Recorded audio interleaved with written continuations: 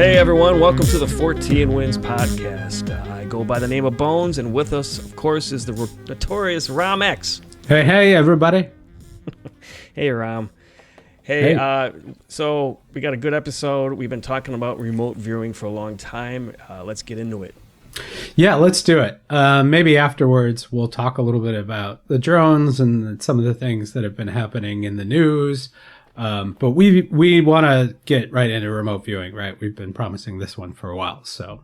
Yep. So it's funny, like I wanted to do this episode years ago, and I would have said something very different. And I think that that's kind of a good way to start, because I didn't realize how important consciousness was to the phenomenon years ago. And if I had talked about this at that time, I would have said the overlap between remote viewing and UAP is because remote viewers have viewed UAP-related things. Okay. Now I think I'll say something different, but because you were asking me too, like, where's the overlap between remote viewing and UAP? And that's a great question, and I think that's a good point for discussion. So, but first, we got to talk about what it is. So, remote viewing is being able to see something in one place while you are in another. And maybe a better way to put that is to see something with your non-physical senses. So, you're seeing something without you're seeing something without seeing it. You're seeing something without use of your eyes. You're seeing something without use of your ears in like a radar-ish sort of way. So it can be in another location. It could be in another room. That's what remote viewing is at its most realized level. And then we could take that a step back, in my point of view, and say that it's also advanced intuition. Okay. And I think you were looking into, and I'm sure we're going to talk about very soon, is the Stargate. Oh, yeah. So we talk about the Stargate project. That's what comes up all the time. That was an Army intelligence program roughly between, 1978 and 1995, right? Right. And that was during still the height of the Cold War. And they found it credible enough to look into it. I mean, maybe there was a lot of Cold War paranoia involved, but... Well, there was also a psychic spy race that ended up happening. So Stargate was a response to the Russian program. And that may have grown out of the Nazi program. So there was a woman named Maria Orsic and some other women who served Adolf Hitler as mediums and psychics. And I think we've talked about the Zarachina hole before and some other cases that involve psychics. So governments have involved psychics in all sorts of things. Okay. And maybe let's back up and say, why would the government even bother to look into something like Stargate? Because if you're like me, I when I heard remote viewing, I thought, nah, BS. Honestly, that was the first thing I thought of. I thought of Miss Cleo. I thought of psychic hotlines. Right. Right. There's a lot of pop culture behind it for sure. Yeah. A ton of pop culture. And Miss Cleo. Sorry. Remember her? I haven't heard that name in so long, Miss Cleo. That was like a 900 number, right? Sure, and if you call Miss Cleo, man. Right. All right, sorry, go ahead. So, yeah. And so, Miss Cleo, those were, I thought of fraudsters. I thought of con artists. Right. I thought of psychics that would take advantage of someone in a strip mall, and then you just wander in and they tell you a bunch of stuff you want to hear. And then there's all the cold readers, where there's a long history of cold reading. And cold reading is someone who is pretending to be psychic, but they're really reading your face. And they're saying things about dead relatives based on your reactions. And you're like, how do they know? And it's like, because they're reading certain tells in your face. And so those were the things that I immediately thought of. I needed proof that remote viewing was real. Were you super skeptical when you found out? Yeah, because because of the pop culture of it all, and it always, and even in comedies. I mean, I know in your article on the Fortean Winds website, you even mentioned, Dr. What is it, Venkman, Bill Murray's character in Ghostbusters. It's funny. We laugh about it, but I think everyone, or most people, deep down inside, though, there's a certain belief to it, because I think people believe in kind of human intuition and almost the power of visions, what's going through our heads. Absolutely. It's a compelling idea. And I think we've all probably had moments where we knew something was going to happen before it happened. Right. But I guess the idea that could be repeatable and grown and used as a capability seemed bizarre to me. And again, it's sort of like UFOs. It was one of those things where I thought, oh, if that was real, I would know. Right. And I think the average person is going to think that. So you would be shocked to find out that it is indeed real. And we can say that from a scientific level. So I cite some of those papers in the article, but there have been studies that have proven that remote viewing works on a repeatable level, and that somebody can view something in another location that can then be validated. And I think it's really important that it be validated. There's a great book called Secrets of Remote Viewing. It's Joe McMoneagle. And Joe McMoneagle was a big member of that Stargate program and is considered, I think, the most well-validated remote viewer of today. And he still does things for law enforcement and for government and even finance. So, and there's remote viewers who do work in all of those areas today. And if it didn't work, I don't know that rich guys would keep paying for it. It's been around for a long time. Yeah, I mean, just the fact that the program lasted for 17 years kind of legitimizes it in itself. I mean, it's not to say that they're not using it still. It's just that program was closed. Yeah, great point. I mean, we could go through a little bit of the history of Stargate, but maybe we back up even further and go, okay, first, is it scientifically real? Yes, it has been proven through studies. You can read some of those papers. And then the studies were repeated. Like, in order for something to be considered scientifically real, it has to be repeatable. So that all happened. And then there is a professor of statistics named Jessica Utz, who I would invite you to look up. She's part of the Society for Scientific Exploration, who does a bunch of research into this. And they're academics and they're professors, and they absolutely are looking into remote viewing in a serious way. And as a professor of statistics, her big point is to point out that the studies are valid. She's saying, look, this is statistically impossible that this would happen. This is clearly something else going on. So it's absolutely scientifically proven that this is real. And the government, to your point, would not have spent 17 years looking into it. They would have maybe spent 5. Right. If they were all getting free lunches. So, they couldn't have stretched it out that long unless they were getting actual intelligence. And then the reason that they allegedly canceled the program was that they said that the intelligence was unreliable. So they never said that they weren't getting good intelligence, which would have meant that remote viewing wasn't real. So they never said that after 17 years they were looking into nothing. They said, oh, it just was unreliable. So that was a decision that came from the top, according to a lot of people within the Stargate program. That was during the Bush Jr. administration, right, which was extremely religious. Right.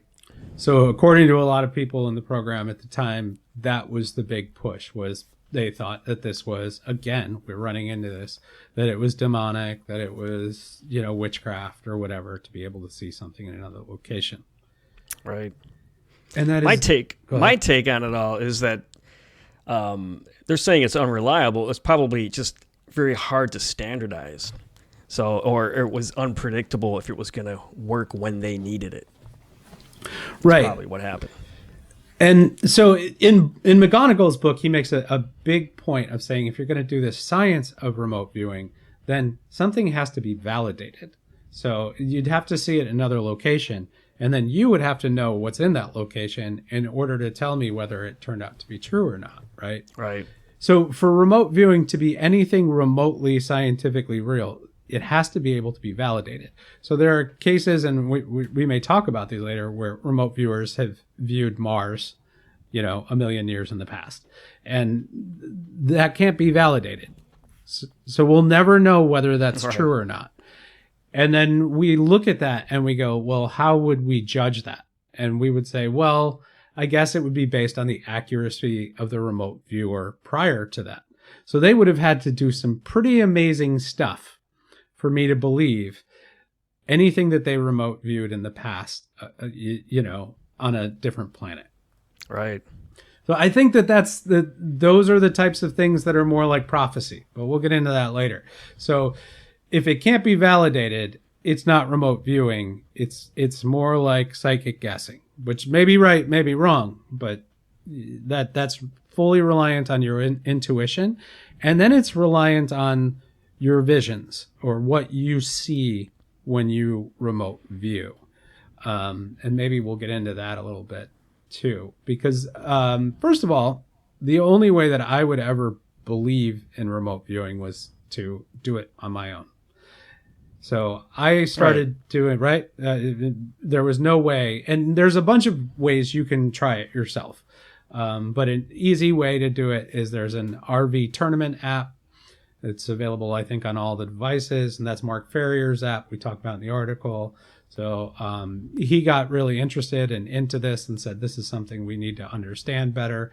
So if you're involved in this RV tournament app, you're also involved in a study, and that they'll send you a questionnaire that you can or can't fill out if you choose not to.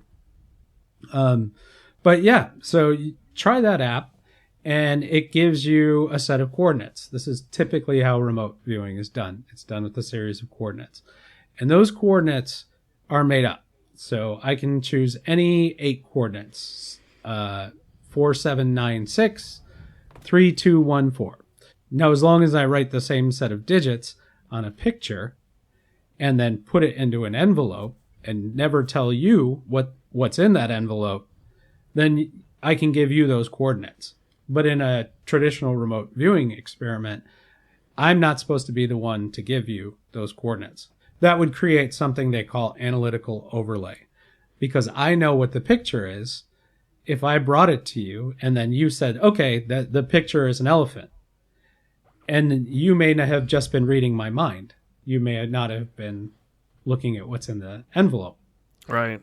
The only way to do this right is for me to write those coordinates on the picture, put the picture in an envelope, and then give that to another person who doesn't know what the numbers are or what the pictures are. And in some experience, then that person would give it to another person, and then that person would deliver it to the remote viewer. So they would be coming in completely blank and have no idea what's in that envelope and just know those digits. Right.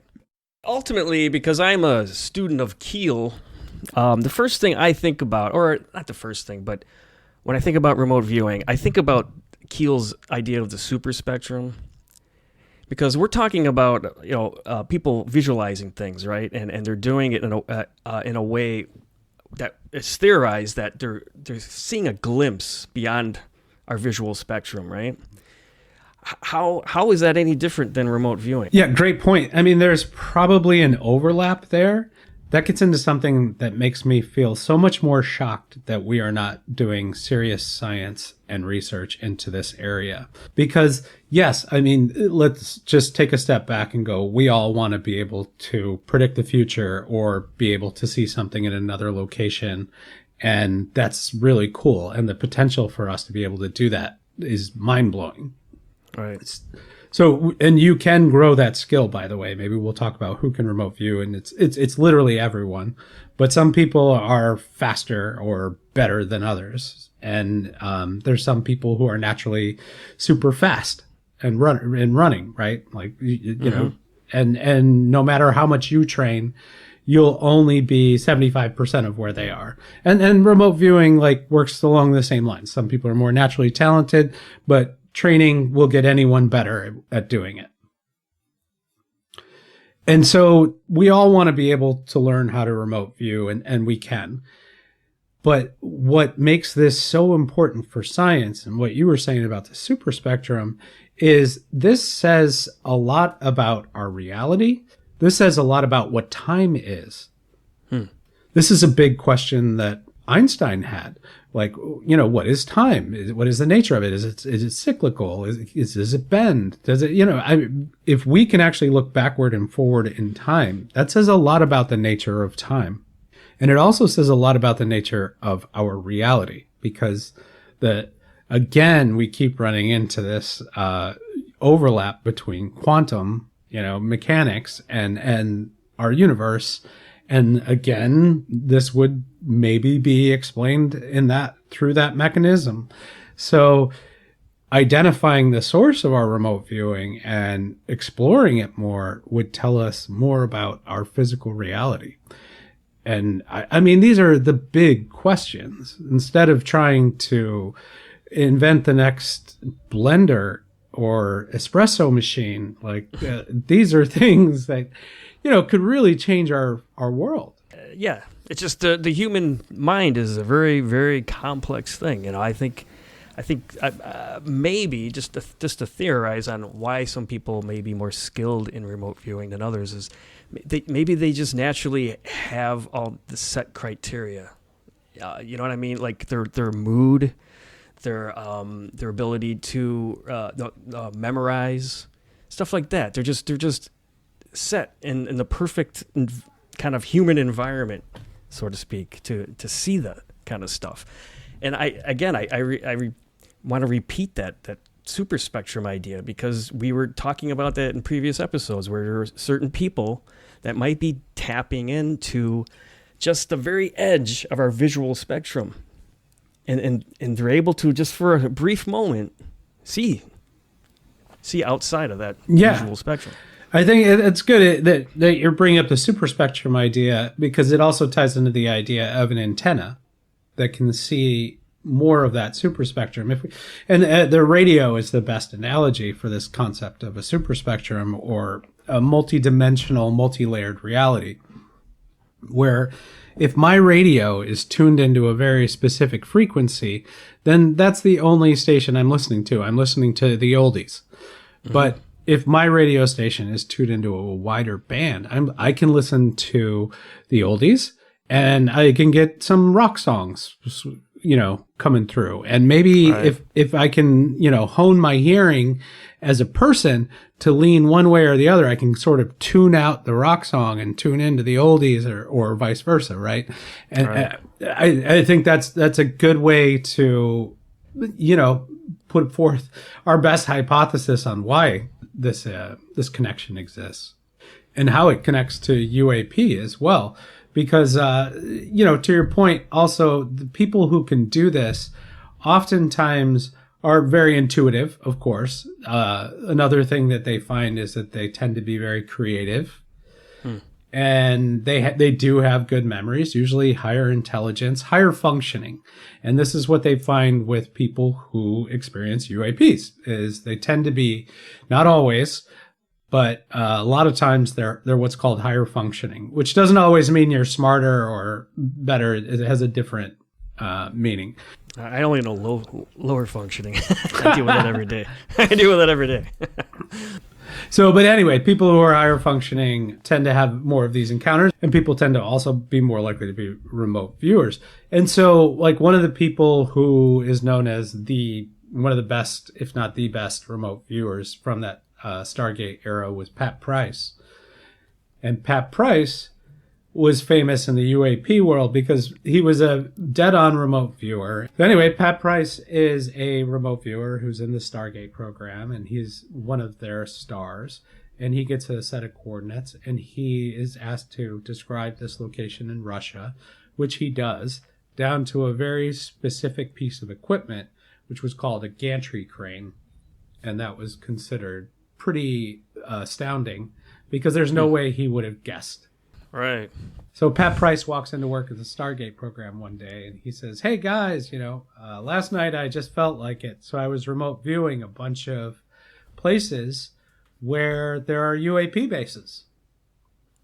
Okay. And at one of the bases that he remote viewed, he claimed to have seen NHI, something that looked like aliens, working with humans. And he thought that they were aware of him. And this comes up a number of times in UAP. So we'll start talking about the overlaps between remote viewing and UAP. And so he thought he was looking at them and they became aware of him, and he felt like it put him in a lot of danger. So Pat Price is working in this Black Ops program, and he still felt like he was in danger for seeing this, and even though he had this super high clearance. And shortly thereafter, he dies and appears to have been murdered. There's no other way to say it. Yeah. I don't know if I knew that part. I remember hearing about him. I didn't remember that part. Well, it's very strange because he dies in Vegas, and I think they claimed it was like a heart attack or something like that. But then before his family even gets there, they burn the body, or allegedly burn the body. Really? Without the family's permission. Wow. And that is insane. So there's a story behind that for sure, and that makes it look like he was murdered. Wow. I guess we don't know because we don't have an autopsy report, but it sure as hell looks like somebody was covering up a murder. And so I think we all have to go, yeah, he was probably murdered. And it may have been directly related to what he saw during a remote viewing session of a NHI base in Alaska that also had human people working in it. Government, military. Right. Americans, which he was also. Yeah. So there's one time that UAP and remote viewing overlap, and then there's a number of remote viewers from that program who have claimed to either have had contact or have been directly involved, like Ingo Swann in one of his books. He claimed to have been reached out to by one of these black programs that has UFOs involved. This sort of James Bond-like scenario happens where this mysterious guy is showing up and telling him that he needs to get better at remote viewing, and then he'll take him on this journey to see these strange things. And this guy has these advanced technologies and capabilities that Swan has never seen. And then eventually Swan talks about his accuracy. And that's a good point, is one of the things that he was saying in that was that he kept saying how he was trying to bring his accuracy up. And I think he was trying to get up to like 60 or 70%, which would be really high. I mean, if you could see something in that location at all times. But it also, I think, should show you the upper bar. I took that to go, oh, that's what a really good remote viewer might be capable of, is like 60 or 70% accuracy. Which is insanely high, but still, you're like 30% wrong. So when the military they need actionable intelligence that's 100% right. You could see maybe why they wouldn't just rely on a remote viewer. And why we should also be a little skeptical of the information we're getting. Because some of these people on like YouTube or whatever who are saying, I'm a remote viewer and this is what I'm seeing from outer space and messages from space. Obviously, we think all of those people are BS. None of that can be validated. If they want to prove their remote viewing skills in a hardcore way like Pat Price did and then go do that, we'd be more interested in what they have to say. Right. But anyway, Ingo Swann, he is getting involved with this James Bond-like character. Tell him to get better at remote viewing. He gets better at remote viewing, and then the guy takes him on a UFO adventure where he goes to this like pond with the James Bond-like guy and the guy's super soldier companion. And mind you, Swan was creative type and he could tell a yarn. So no one really knows whether this story is true or not. It's a subjective single witness account. And he says that this UFO comes down and the guy tells him, we've got to move now. The super soldier guy says, we got to move now. And then he moves and the thing like zaps or scans the area that they were just in. And then he turns to the James Bond-like guy and says, "Oh, they're taking our water." And somehow he felt like the guy affirmed that. So strange story. Look it up. Worth reading. Yeah. Swan knows how to tell a story. Now, as far as UFO lore goes, there's lots of cases and there's lots of allegations that the government has been using remote viewers to communicate with these beings. And everything we know, we feel very, very confident that this communication primarily happens telepathically. So that would indicate that these beings have something like remote viewing capabilities. Which would also indicate why they're more likely to be interested in people who have remote viewing capabilities, because they could communicate. Sure. If we wanted to get really speculative, we could say maybe those people with remote viewing capabilities are genetically more like them. So lizard people. Damn it, you went there. No, just kidding. I'm pretty sure there was a remote viewer involved in that alien footage that came out. Oh, yeah. Are you talking about the alleged alien interview? Yes. Yes. That one's interesting. So the first time I saw that video, I thought I saw it in like maybe 2012, 2014, something like that, 10 years ago. And I thought it was something from Chuck E. Cheese or an animatronic, right? Yeah. I thought, no way that video is real. And the video that we're referencing is a video that has been researched very heavily by a ufologist named Jon Stewart, not the actor-comedian. And Jon Stewart at this point, I think, has provided enough evidence that we would rate this video as likely real. And it shows something like a gray being interviewed and something like a heartbeat monitor near it. Oh, yeah, that's right. And we'll put a link in the description to the video and Jon Stewart talking about the evidence associated with the video so people can make their own assessment. But according to him and his sources, there was a remote viewer in the room with that being at the time during that interview. And then it died shortly after the interview. It goes into distress at the end of the video.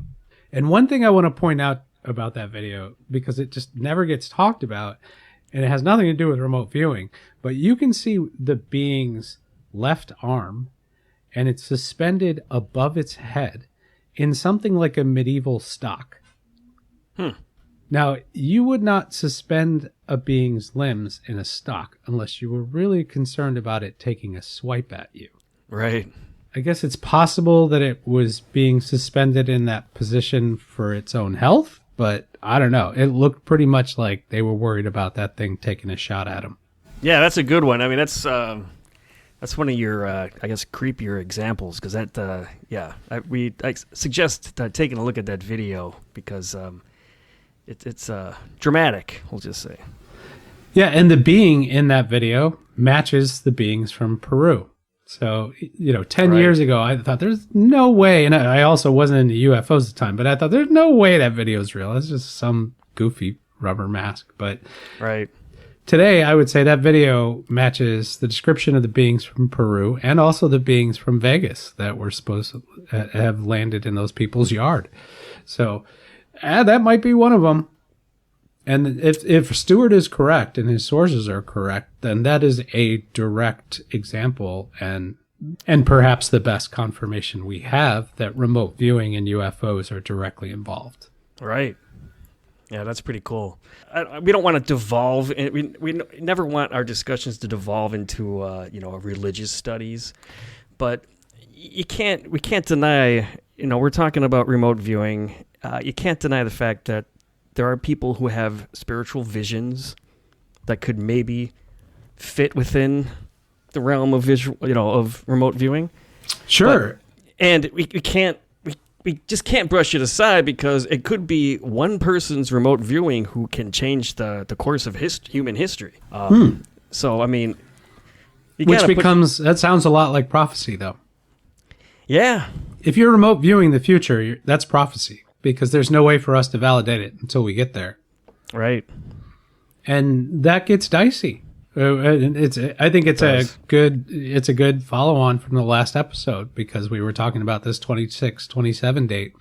And I actually read a remote viewer today. We're recording this episode on December 1st. And I read a report of a remote viewer that's going around saying something is going to happen on 3rd or 4th. But I didn't validate this guy. I don't know what he's, I mean, he's picking up a lot of press, though. You can always get a lot of press with prophecies of doom. Right. But I mean, talk about I mentioned it earlier about having possibly the remote viewer having kind of the perfect scenario or being in the perfect condition to remote view. I instantly think about what are they called? Religious figures that would flog themselves and inflict pain upon themselves, and they would do that to have visions. Or you hear about long distance runners who run 20, 30 miles and they start having visions just because of the extreme stress that their body's going through. Or sweat lodges with Native Americans, maybe. Right, exactly.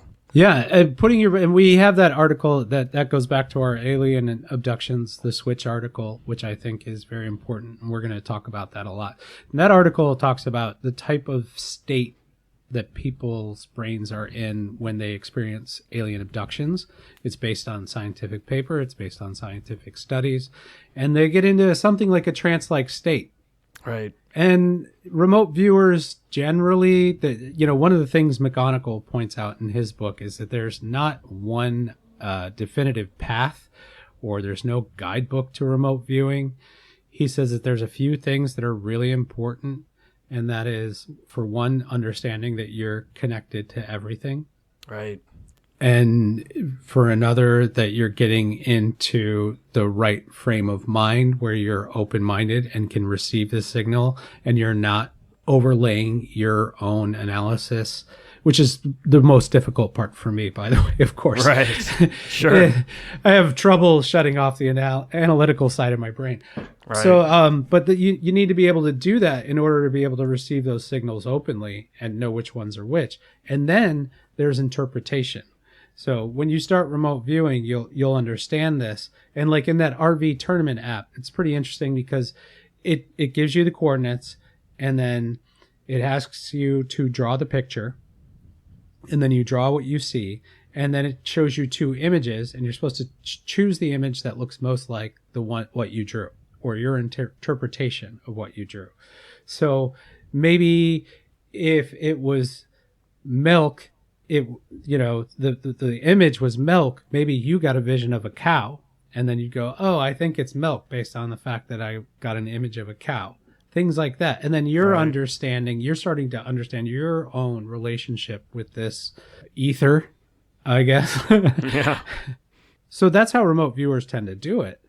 And it's never the same way for any of them. But it does seem like everything's somewhat related when you talk about it all. Everything definitely seems related. And you bring up religion. I think, we have to understand that remote viewing is nothing new. We're just taking it serious scientifically for the first time. Whereas all the way up until this point, I mean, we've talked about how many rulers had psychics in their cabinets. Sure. And were relying on psychic information all the way through World War II. And then you have this brief pause between World War II and Project Stargate. But that's when Russia is getting involved in the psychic space. And then the U.S. gets involved to try to outpace Russia. And I have been told by credible sources, this is one that I just can't wrap my brain around, but they tell me that it is true, that there is a way for some remote viewers to be trying to view a location and other remote viewers to protect the location. That's interesting. Yeah. And I was like, so you're like psychic spy fights? That's real? Right. Why would it be categorized in that way? Well, I did. I'm categorizing it that way because it sounds insane. Like I stuff involved in this research still blows my mind. And that was one of those things where I was like, come on. And it was a credible source. I don't have any scientific information, but it was somebody who would have known. And they said, yeah, no, it's real. That's actually legit. So I maybe. But I know remote viewing is real. And so everyone should definitely go out and try it and not be afraid of it. I think my point when saying that it has been around forever is that people who could do it well were the ones who were being, to your point, being burned at the stake. Right. And say, the guys were saying, "Hey guys, I think there's a flood coming," and they were, "Oh, the flood comes," and they're like, "Ah, it's Jeremiah's fault. Right. He knew it was coming." He's like, "I tried to tell you it was coming." It's just remote viewing. There's no demons. Right. Yeah. So I think religion has gotten in the way of this serious study and improvement of this, and it is scientific. There's a relationship between your brain and time, and there's a relationship between your brain and, we believe, quantum physics. And there are real experiments happening out there today that will prove us right or wrong. Deep Prasad, that's someone I talked to at the Soul Foundation. Look into his experiments. He I believe is going to be the guy that will prove whether the universe is quantum in nature. Right on. So there's an overlap between remote viewing and the occult. I mean, it's obvious, right? Or yeah, no? I guess with mediumship and things like that, I could see very much. And for example, Maria Orsink, who we brought up, who was Hitler's sidekick, and that Vril Society. I mean, that was directly all occult related, and that's great. Thank you for bringing that up, because everyone's always asking me, where's the proof that UAP and occult studies get mixed up? And I keep pointing to World War II as the best example. And so you're right. And supposedly Maria Orsink believed that she was in touch with these UAP and received a download of blueprints for UFO, and the Nazis were trying to build it and got pretty far. Now, I don't know whether it was her UFO or not that they were building where they got pretty far on, but I have seen good evidence that they got pretty far on a flying disc, for sure.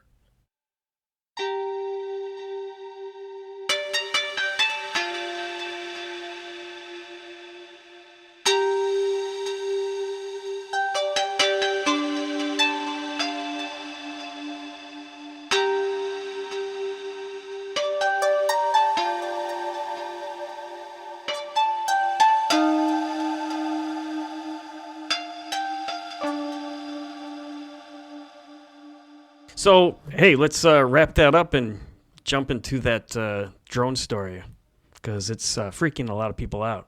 We got to talk about it. Yeah, those drones are showing up around military bases in the U.S. They're showing up around military bases in England.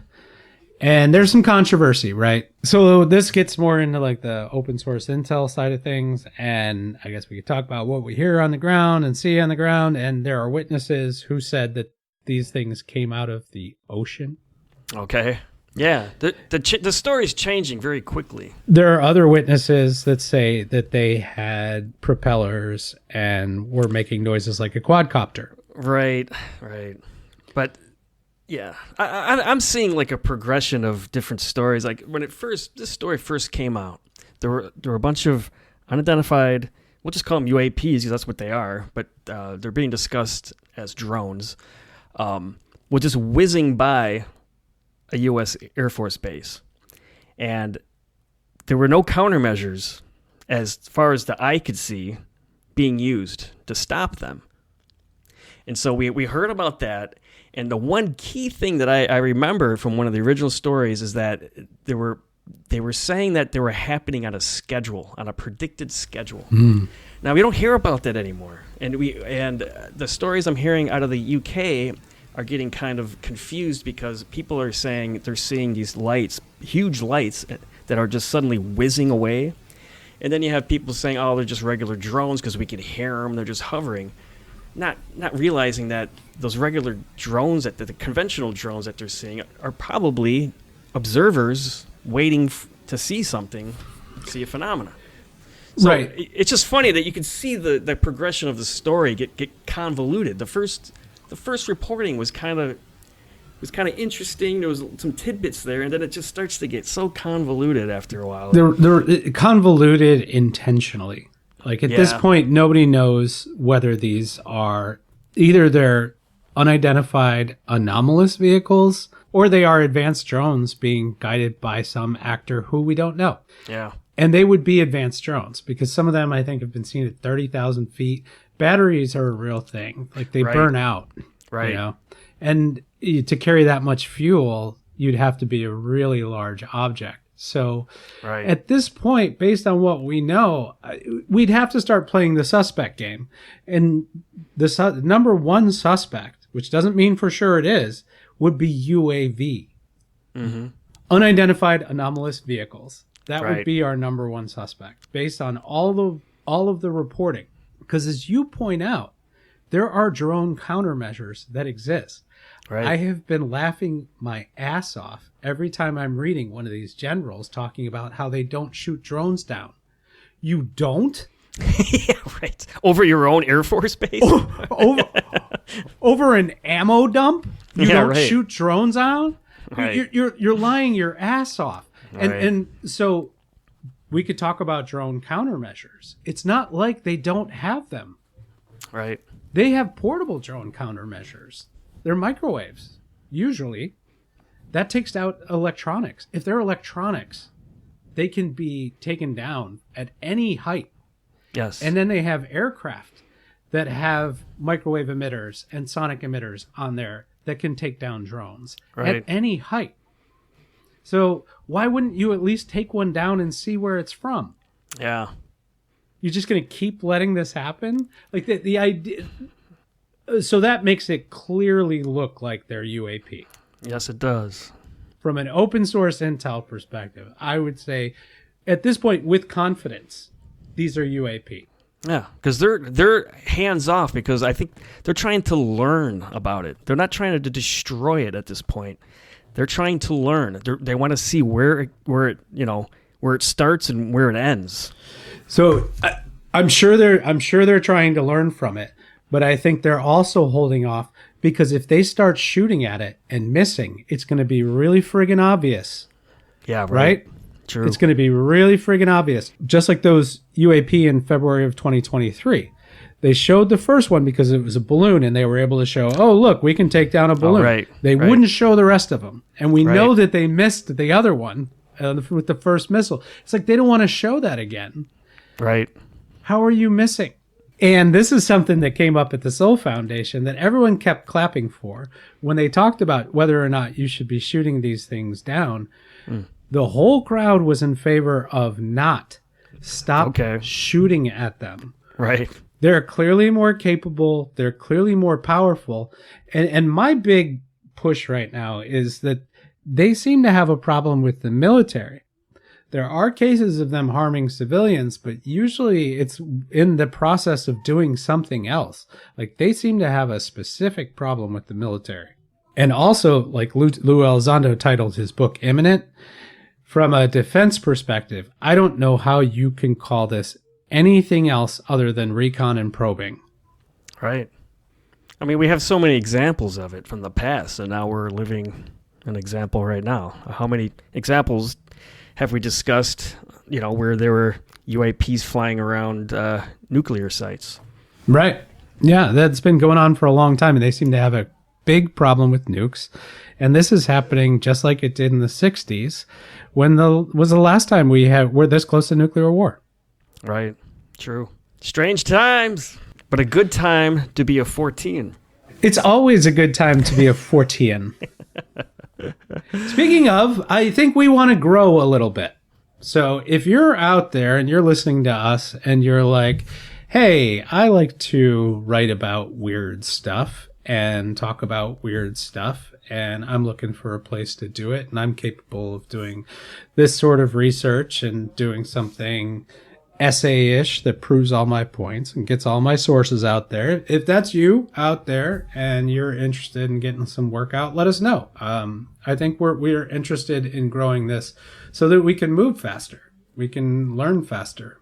Definitely. Well, why don't we stop there? What are we going to discuss next time? Yeah, I think next time a good follow-on from this would be our Alien Abductions, the Switch article, which I haven't talked about yet. I really think that's important, and I want to dive into that some, because the one after that, I want to talk about why we think people are having encounters and what the sort of formula is for a paranormal or UAP encounter.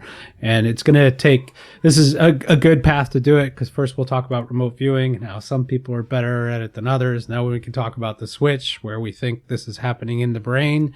Definitely. And then we can talk about when it all comes together and a UAP or paranormal incident happens. Right on. I think, it's the best thing about all these discussions we have is that when you start to realize that everything is related, Yeah. and I hope our listeners can grasp that too. When you start, we start moving forward, and you start really seeing how things are interconnected. So great. I really look forward to that. Right on. All right. Well, as always, great talking to you, Ram. Good talking to you, Bones. All right. Thanks for listening, everyone. Take care, all.